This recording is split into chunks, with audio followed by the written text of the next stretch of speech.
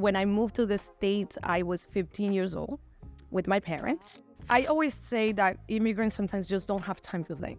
But I think that's a good thing because we don't have time to start dwelling on what we left behind. It's like you put here, and you have to figure it out. Yes. And that could be a blessing. Also, obviously, that it doesn't work for everyone, but I think sometimes that could be a blessing.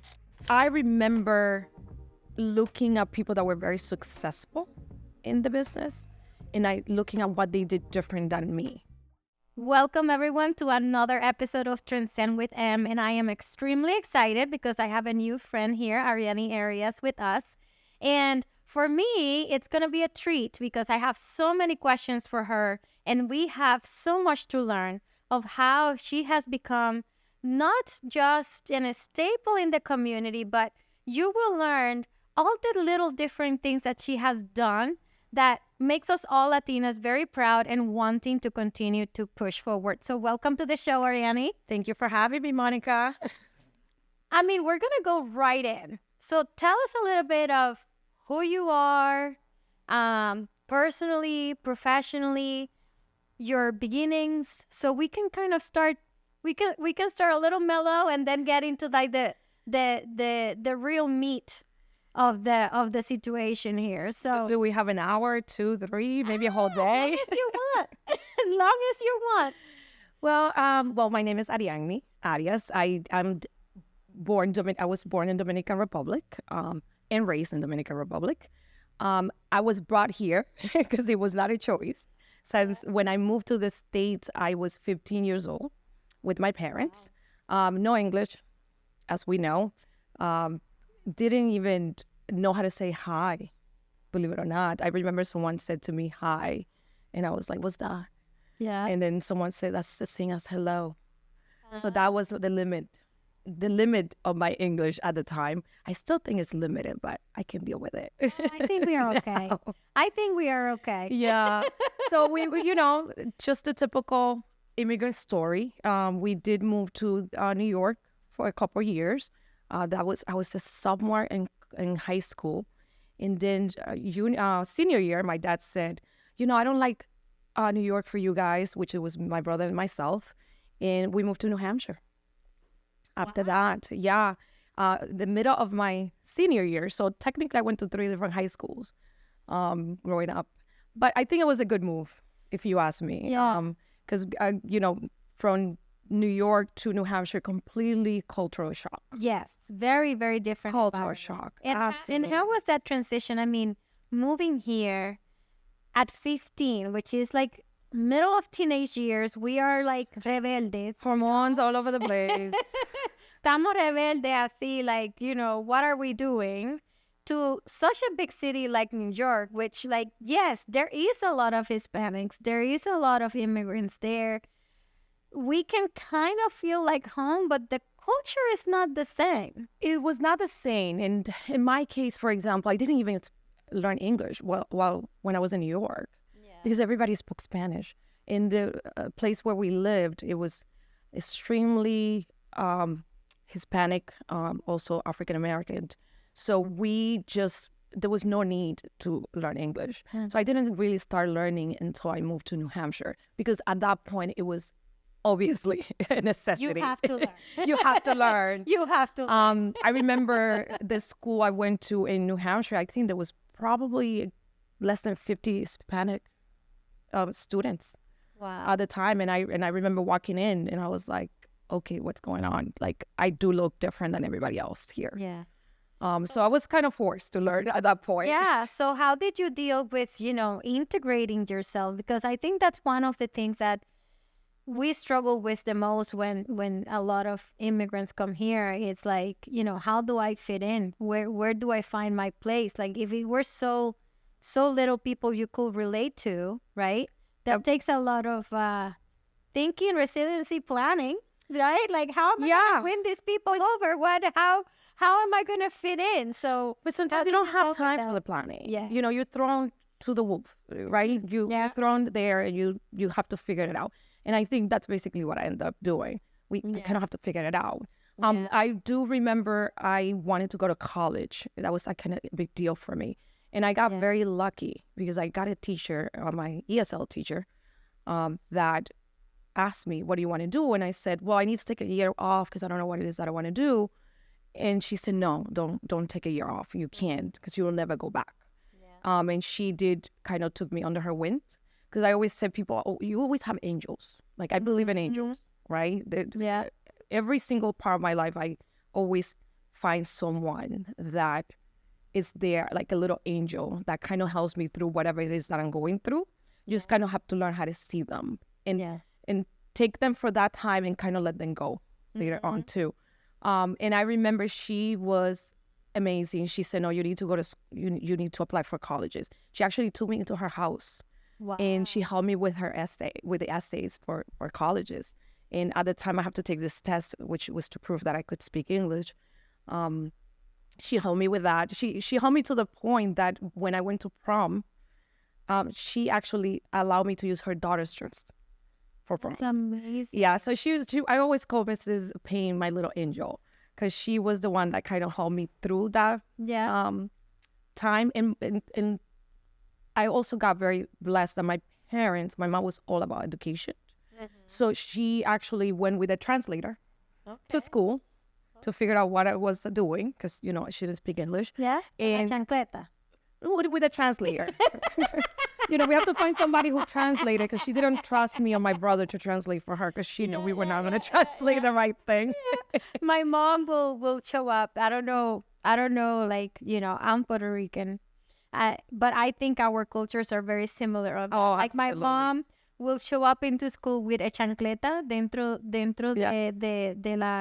de la cartera, ¿no? Del bolso, y con una regla. Y le decía a la maestra, whatever she's not doing well, you have full permission. I could see my mom doing that back home in DR, but here she did not. No, but she was, you know, she actually trusted Mrs. Payne to allow me to do those, you know, to trusted Mrs. Payne to help me through it. Yeah. And that's how I ended up applying for college and was able to graduate 4 years later from a 4-year college. Amazing. Yeah. So, but it was almost, I always say that immigrants sometimes just don't have time to think. But I think that's a good thing, because we don't have time to start dwelling on what we left behind. It's like you put here, and you have to figure it out. Yes. And that could be a blessing. Also, obviously, that it doesn't work for everyone, but I think sometimes that could be a blessing. Yeah, I do agree with you. Like, I came here on my own. Still, I only have my husband and my daughter with me. The rest of my entire family is in Puerto Rico. And I have to go visit them because they won't come here. My parents... Even though they can come, right? It's not like Dominicans that we cannot. They can come, and they won't come because of the weather. It's too cold. I don't blame them. That, you know? So it is important for you to learn how to quickly think on your feet, right? Navigate it. Yeah. Sometimes you don't have a choice. You just have to do and go. And go. Yeah. And one thing, you know, it's immigrant, as a teenager, that, you know, I was also an immigrant. Basically, that's what happened. You kind of grow really fast in that sense. Yes. So I have other things that I say I never grow out of it. But, in that sense, I feel like we grow really fast. Teenagers that move to the States, to the States as immigrants have to grow very fast, because we have to figure it out. And our parents don't know English, right? So now we have to learn to translate. Right? I still my parents' translator to this day. Yeah. You should see the letters that I get at home. Sometimes they bring me these boxes filled with letters and things that I have to translate. And I just look at them and I'm like, can I just eat for a second? But that's not reality. I'll do this over dinner. Yeah, and I do know that's something that we all go through as, you know, as immigrants. Because even the ones that were born here, they still have to translate for their parents. Yes, it's true. Right? It's true. My daughter, I told her, you are going to learn Spanish because your grandparents, my dad is fully bilingual. My mom is not. So I'm like, you have to communicate with your family. And, you know, thankfully, she speaks very well. She's learning now in school how to write it, because it's not the same thing learning at home than learning in a school. And it's challenging sometimes because she's like, well, I told the teacher that that's not how we say it. And I was like, Well, technically, should the not teacher do is right. So it is very interesting. So talk to me about how all these opportunities have helped you propelled in your adulthood and towards who you are today. How did Arianny develop personally through all these years? You know, who did she become from that teenager that moved at age 15 to New York City? It has been, I feel like it has been a lifetime, but it was just the other day. Anyway. We're only 20. Yes. So one thing my parents taught me is that they're really hard workers. And I think immigrants' parents, they work really hard. And you have to give them credit for the fact that they left everything behind. Yeah. And they came here with their entire family, not knowing any English, with no education. At least that was for my parents. And tried to figure it out for them and for us at the same time. So about 2002, when I graduated college, yes, I started when I was 10 years old, just in case you're wondering. We will cut that. I'm just kidding. So I remember starting my first job, right? I started my first job in finances. I had no idea what I was going to do. I had no idea about finances. I have no idea how to manage a credit card. My parents up to this day don't really have credit cards. I mean, they both have one for emergencies, but that's like the devil. Like, don't use that unless you really need it. And I recall somehow getting into a mortgage business, right? Which is all about real estate and finances. Yeah. Right. And obviously, I went through many years of the 2008 when things went down the hill. I lost my job at the time. And I ended up doing real estate for a little bit. That was not for me. I ended up having a small company, which was a short sale company for a few years. But then that died down. And then I went back to do mortgages, which is what I do now. And I remember looking at people that were very successful in the business, and I looking at what they did different than me, because I'm like, what is it that they do? And they just kept like in a schedule.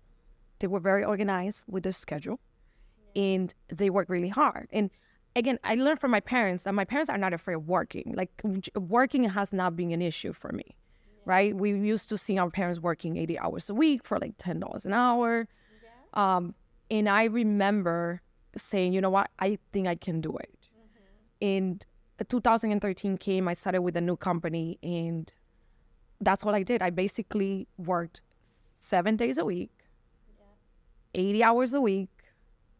I made sure I picked up my phone calls. I made sure I answered every single email. And I remember I said, this is a numbers game. This is a numbers game. The most people the more I talk to people, the more I will get leads. The more leads I get, the more likely that those leads will convert into actual transactions. And one thing that I was also blessed was that I was working with my Hispanic community. So it was not just about making money. It was also about helping my community. Because when my parents decided to buy a house, and I was about 22 years old, again, I had to translate again for them, right? And I was part of the transaction. And I remember thinking back then, I'm like, if I didn't help them, they wouldn't know what they were signing. And my loan officer, which ended up to be my boss later on, was really good, right? He explained it correctly, but they just didn't get it because they thought it was such a complicated thing. Plus, we're talking about thousands of dollars, right? They have never borrowed that kind of money in the past. And the same now applies for my customers and my borrowers and clients now, that they need to feel comfortable with me in order for them to be able to trust me, to be able to do a transaction with me. It's the same, we work with the same community. And it's like I always say, you got to explain it to them in arroz y habichuela. You do. If you don't know how to do that, you lose them. Because you need to have the patience, and you need to have the heart to really want to help. You do. If you don't, they're gonna smell you 3 miles away. they know. I think they know. But you know one thing that's interesting? In my office makes fun of me. I literally change accent depending who I'm dealing with. Because I already know, right? I have a lot of Dominican clients. I do have a lot of Salvadorian customers. I do have a lot of Puerto Rican clients, right? But we all have a little bit of a different demeanor. Oh, yeah. So, 100%. Dominican and Puerto Ricans, we speak super fast. Yes. Right? Let's be honest. And with the hands, if you And with the notice. hands, like, for example, I If you can't notice. talk without the hands. And one thing I do know, it's when I'm talking to them, I have to get very Dominican sometimes. Like, I cannot tell them the terms on the legal terms because they just don't get it. But it's not because of the legality or they don't speak Spanish. It's because the terms are in English, right? Sometimes there is no translation. And sometimes there's no translation. And even if there is a translation, it's not a word that we use every day. So sometimes I'm like, okay, Dominican, okay, I need to switch over. Yeah. Need to explain it in a more como el barrio. Like all that examples, right? Yes, Or give examples. real examples. I have to use real examples. I have to do that all the time. I'm like, I don't know how to explain this to you in a word because there really doesn't exist that word in like Spanish. But this is how it works. This is how it works. And then we go into storytelling, right? Because we are storytellers. Everything is a story. For Hispanic people, everything is a story, which is interesting. But my borrowers and my clients, I think that's one thing they notice because I care, right? Yeah. And I think in this business, I deal with mortgages, which is one of the 5 most stressful things that people deal in. And the long process, a big investment. The biggest investment they probably will have in their lifetime. And if you're not working with someone who you trust or who know how it works and who knows how you're feeling, right? Because I have seen new loan officers come through, and I always said, you're not going to know until you buy a house. Once you buy a house, you'll know what it feels like. Yeah. And I see the difference. And once they buy their first home, they're like, oh, we get it. Yeah. Because you know what it is they're going through. Yeah. And that's one thing I would say, tell my parents, thank you, because, I went through with them, right? Exactly. So you came in hot with part of the knowledge already, especially understanding the borrower side, right? Because understanding how they behave, even their expense behavior. Because one of my job is to analyze their income, but I also have to analyze their assets. Yeah. And trust me, when it comes to assets or the money that they have saved, our patterns as Latinos is very different than other cultures. Yes. The way we save, which is, for example, we call it in Lo Dominicano, we said SAN, which is a collective way to do Puerto Rico lo hay el SAM. to do to save money, but other culture call it something else. And then they lo reparten al final. Lo reparten al final. Yeah. And you have someone putting a deposit of $10,000 into the account. It's a SAN. I get it, right? But now I have to know how I'm gonna explain that to my underwriter, right? Who has never seen it.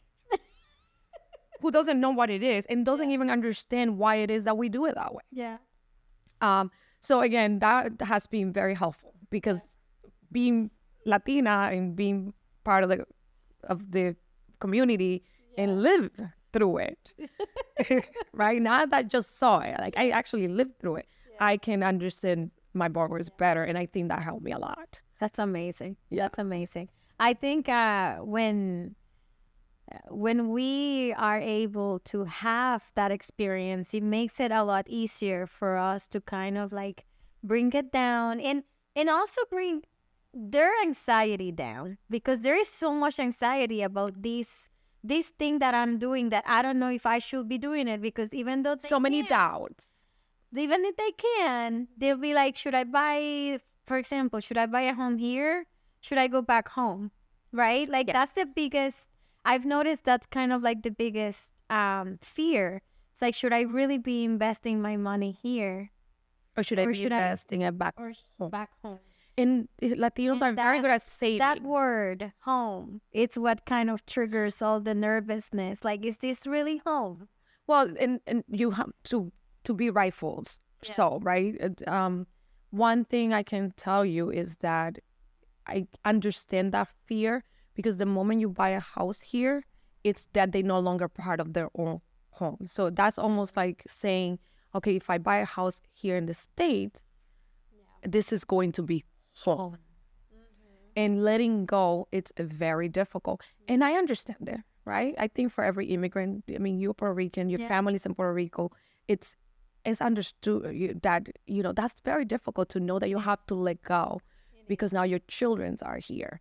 And we all know that most people, not everyone, who moves from our country usually do it for socioeconomics, right? Of course. People that are doing really well and have a lot of money, they have no business to being here, right? And therefore, when you come here, it's people that come here just for a better life, to be able to provide, to not just do the opportunity piece of it to their children, but to themselves and to the people they left behind. Because obviously we take care of our parents that are left behind, and they learning, right? And I noticed the shift in the last 20 years. I can tell you, they're learning really fast, because I've noticed it with my new borrowers and my new clients, that they're no longer thinking home. They now know that they can have both. Yes. And they can take advantage of one to feed the other. Yes. And that's good. That's so good. I mean, because it's amazing. that financial education is necessary. It's necessary because it's never taught. I tell all my my customers, I said, do you know what? Let's buy here first, and then that will help you to buy the next house back home later. Yes, and you know what? When you tell them that, they feel more at ease, because they know that they can and they always go back. Prepared, right? They're preparing themselves for something that never thought it was possible. It was possible, which is a huge win on its own, right? Just changing that mindset. It's changing the mindset. It's a huge win. Yeah. Even the newer people moving here, I see it. I actually saw it this week. They had been here a year and a half, and they're already calling me to see if they could be pre-approved. So you can see how things are changing. Because before most people I used to ask how long you've been here, and they're like, 20 years, 25 years, 30 years, 15 years, 10 years, and they just never thought about the fact that they could buy here. But now it's changing. Very different. They understood that real estate is a huge investment, and it's a great way to acquire wealth and create wealth. Yeah. So shifting to you as a woman, as a very successful woman in this space, what it took to get there. What was your recipe? It wasn't one thing. Besides a lot of work and, working 80 hours a week, 7 days a week for a very long time. Yes, for a long time. What, as a woman, right? Like, what was your recipe, and what can you share with other women out there that are trying to achieve success? I would say it was a little bit of everything. It wasn't just one thing, right? Yeah. It wasn't just working 7 hours a week, or the 80 hours a week and seven days a week. It was also relationships with the right people, right? I started learning patterns. That's so important, especially with my borrowers. I started learning how to basically, how can I say this? I started learning where I could go that I could make the most impact, right? And I learned what my niche was at the time, because my niche is changing as you change, obviously, as time changes, your niche is changing. I was very good with immigrant customers, right? Because they needed someone who spoke Spanish, and they needed somebody who understood them. So I started building my relationships, my networking relationships around those prospects. I started doing business with other Latinos that were also trying to do the same exact thing as me. Because believe it or not, somebody else is trying to do the same thing as you. You can learn from them. It's not a competition, right? Because the fact that we're doing the same thing doesn't mean that we're competing. I'm very good friend with some other loan officers that don't work in my office, work in my area, and we just call each other once in a while and say, hey, can you help me with this? Because I don't know what it is. Maybe I'm doing something wrong, something I just didn't learn. And they do the same thing with me. But I think relationships is extremely important. Networking is extremely important. Networking for a purpose, not just networking because I want to meet people. I told a friend of mine the other day, I said, you know what? I'm not really interested in people really liking me these days, but I want them to like my work. I want them to respect what I do. I want them to learn, that we do it well. Because I like to do things well, right? I want to make sure my borrowers are happy. Because that's what really matters. So networking for a purpose was extremely important. I think that was when everything started really shifting for me. Awesome. And what are some of the tips that you can give women out there or anyone that is really trying to get to the next level? Try. Just try. Because I've seen a lot of people that don't try. They're like, oh, I want to do this. Do you try it? And stop talking about it. And not because you don't want to share it. It's just I see people trying to, I'm going to do this, I'm going to do that, I'm going to do this. But I'm like, are you doing it? Yeah. Right? Like, are you actually physically doing it? I'm one that if I say I'm going to do something, I have to do it because that's my way of being accountable for my word. That's my way of doing things. If I tell you I'm going to do something, I'm like, wow, I'm going to have to do that now. I don't have a choice because I say I'm going to do it. I did that the other day, and now I have a date with to jump off of a plane in the parachute. It's great. I love it. With Charles. Do it. And I'm like, why did I say yes to that? I'm so scared. It's amazing. But now, it's like he's already sending links, and it's a professional relationship, but we also have to have fun. And it's like, we're jumping off a plane. Okay, no problem. I promise you it will be the best experience ever. It was one of the best experiences of my life. And I'm like, why did I just do? I was on the heat of the conversation and I said yes to that. And you cannot take it back. I can't. It will be fun, I promise. I can't. We're just waiting for the weather to get better. Yes, you wanted to that in the better weather.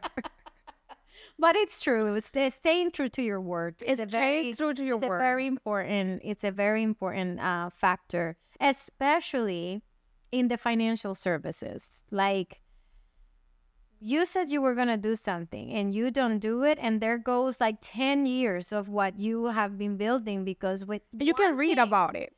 When one thing that you didn't do, you're done. Not only that, but you sometimes we spend so much time reading. Yeah.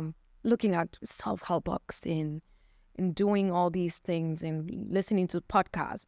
But are you doing it, right? Because things get you confused. The work. All the time, right? Like some ideas here, some ideas are there. And I remember back then, I was getting so many different ideas for everywhere, right? And then I say, none of that works for me. This is what works for me. And find what works for you, right? Yeah. I am good at certain things in my business. There are things that people that will call me for certain questions, and I will tell them straight up, I said, that is not my niche.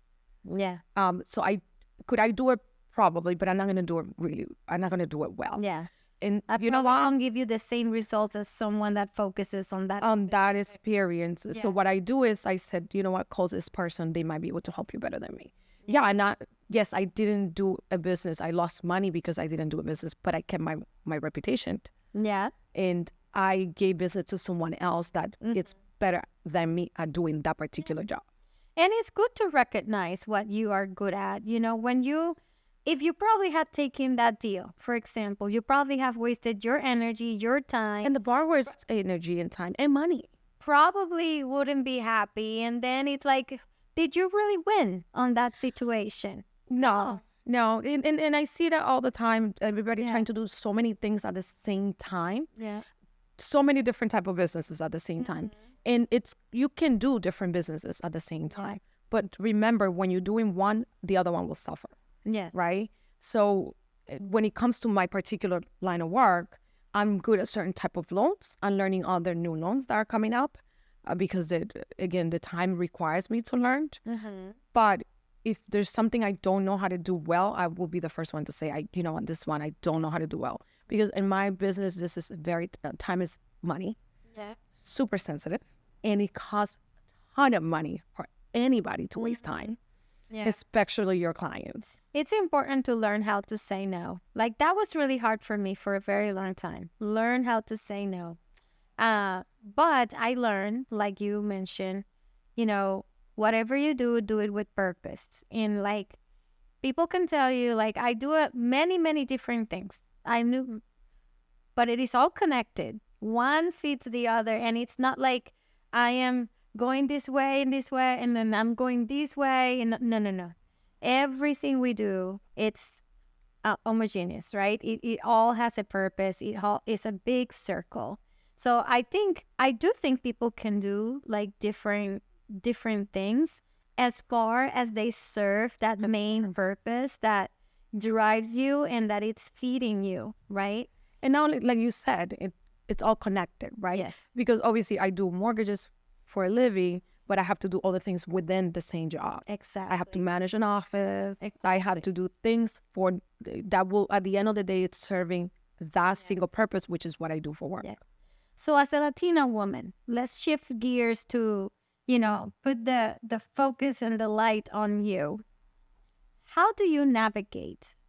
How have you been able, because we both are in industries that are very male dominated, and it's nothing wrong with that. I love my partners. I love all the men in my life. Not trying to shine a bad light on them, but it is really hard for us to compete in this level of financial services. So as women, as an entrepreneur, because you are an entrepreneur, in an entrepreneur, Latina, there is a book that is called My Broken Language, and I love using it because I think it's beautiful. I'll send it to you. Please. I never heard of it. With our broken language, which actually is not a negative thing, it's a beautiful thing. Focusing on a community that is underserved. Yes. With all those factors, right? As a woman, how do you propel yourself? How do you succeed? How do you keep yourself motivated to want to achieve more? Well, and I always say you can shine without my shyness. It was nothing to do with yours, right? Exactly. I'm not going to shadow you. Exactly. So when it comes to my male partners, the fact that I'm doing well, there's nothing to do with them. I'm not here to take over their business. Right. I am trying here to create my own business and my own success. So I don't pay attention to that. I don't care what it is that you're doing. That's your problem, not my problem, right? Yeah. So I think once you kind of take that focus away from them and focus on yourself, it can help you succeed and do well in your own business. So this is not yes, it's a very competitive market. Yes. And it's very competitive. In my business, it's always been very male. I'm sorry. No, male dominated. Male dominated. Oh, you can cut that one. They'll probably leave it because it's cool. It's very male dominated, but I don't really care. Yeah. Because it doesn't really, whatever they are doing, it doesn't affect me in any way, shape, or form. What affects me is what I do. Yes. Right? So sometimes you kind of have to forget, there's a lot of male. Yeah, okay, whatever. That's fine. I'm going to do what I'm going to do to shine, right? To do right by my borrowers, right by me. So I don't really care because I'm not competing with them. I'm competing with me. Yeah, I don't care about them. It took me a long time to kind of get to that mindset of focus on your own bubble type of thing. Because first off, when I came here, this industry was new. I never said I'm going to college and then I'm going to do insurance. Nobody ever said that. I did the same. You would have told me this is what I was going to do when I was in college. And much less like moving to Massachusetts and doing it 20 years later, right? So I kind of felt that I did have to compete because there was no one that looked like me. There was no Latinos, nothing. And I constantly felt that I had to prove myself and that I deserved to be there because I think it was more of a ego, a lack. No, I think it was more lack of confidence on myself, right? So for many years, I was just feeding and doing. And I was being very successful, but I was being very successful for others, not for myself. And I crashed. And in 2020, I had the realization of like, what are you doing? What are you doing? There came a moment where I was so burned out. I quit the job I had. And then after I quit that job, I realized everything I was doing it for everybody else but me. And I felt so alone, right? Mm-hmm. So it was the moment to redesign and redefine what are you going to do moving forward, right? I love my industry. I love helping people. But I had left myself dry out through the years, and I really didn't even know who I was within. I had won awards. I had spoken at, stages, successful exit on one of the businesses I was managing. All great things, great resume, but that's it. I had nowhere to go. I was like, what am I going to do? You figured it out. What am I going to do, right? So when you mentioned, networking with purpose, I was like, okay, the only thing I can do is put myself out there and redesign how am I approaching my life with my career, and networking. Do you hear the word that you just said, your life? Yeah, my life. Yes. Me. Not everybody else's, right? And coming to that realization of, you really don't have to demonstrate anyone that you belong. You don't have to continue to want to belong, like to want to be there. You're already there. You have achieved all those things and you still think that you don't deserve it. So why is the reason? And the reason is because we, as Latinas, we undermine our own selves, sabotage our own selves on the line of thinking that we don't deserve it. It's also part of the we don't belong. And we don't belong. Yes, because remember, we are immigrants. Yeah. In your case, I'm Puerto Rico. Yeah. And when it comes to doing business here, in my case, right, I'm darker skinned, I have a strong accent, I speak super fast. But you know what I learned? Yeah. Throughout the years, right? That's not something I learned before. That my differences, it's what makes me who I am. And that's what So now I embrace that, right? I embrace my difference. Yes, I speak fast, but people remember me for that. Yeah. Right? Yes, I have an accent. Most people remember me for that. Yeah. My name is complicated for a lot of people, Arianny. Yeah. But guess what? People remembers me for that. Yeah. And those are little details, right? That you might not know, but those are things that makes you doubt. Like so little, right? So tiny that you would think, why would that be a problem? And that's where I learned, where I was ashamed of who I was or where I was coming from. And that was my whole problem. Yep. A lot of therapy people for that. But, therapy's great. Yes, it is. But, a lot of us do not get to explore our fullest potential because of the shame we carry. Yep. And for me, that was a big aha moment. I had a life-changing conversation with one of who's now my business partner here. And he made me realize that it's like, why do you feel this way when you should be using that to help our community to and in 4 years time, our lives have changed in ways that I've never imagined. Just because your mindset changed. Just because the mindset changed. And, going back to what you mentioned earlier, surrounding yourself with the right people. Very important. Surrounding yourself with the right people is the most life-changing event or thing you can do. But not only on the business side, your personal side. Personal side, because you cannot achieve anything in business unless you take care of this. Not at all. Right? And this. Right? Heart, body, and mind. Perfect recipe. Yes, trust me. What do you do for that?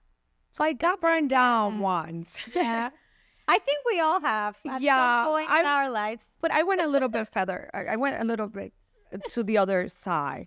So I worked really hard for many years to a particular company, was able to make it to the top #1 in the company a few times. I was able to do NARA, the top 250 in NARA. And one day I was like, I'm done. I don't want to do this anymore. Yeah. But it wasn't that I didn't want to work anymore. It's just I just was overworked, tired, exhausted. And I noticed that all I was doing was working. Yeah. So I went backpacking for 6 months. I saw that. Right I wanted to ask you about that. Right before pandemic. Yeah. Right before pandemic, I left my, well-paying job, which I was criticized for. Yeah. It's your choice. Yes, it's my life at the end of the day, right? Yeah. And I remember people saying, "Why would you do this? It will kill your career. Yeah. This is the biggest mistake you ever done.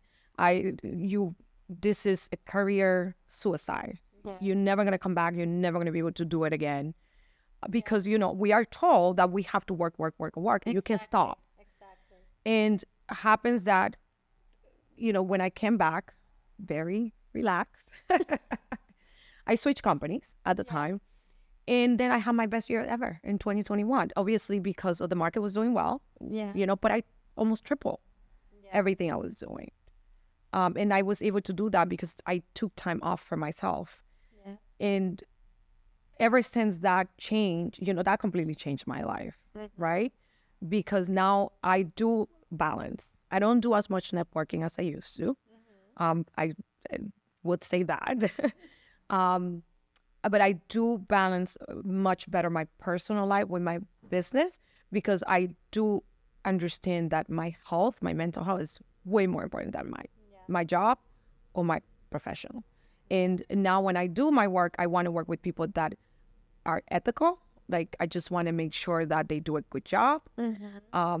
And again, I'm not interested so much in people liking me necessarily, but I want them to like what I do for work. Yeah. Because that's really and respect, right? This which is a level of respect. Yeah. Level of respect for my persona, but also for my career. Exactly. And for my business. And everyone you represent too, right? Correct. And it was definitely a life-changing decision. Tell me about the 6-month backpacking trip, okay? Like, I need to know details.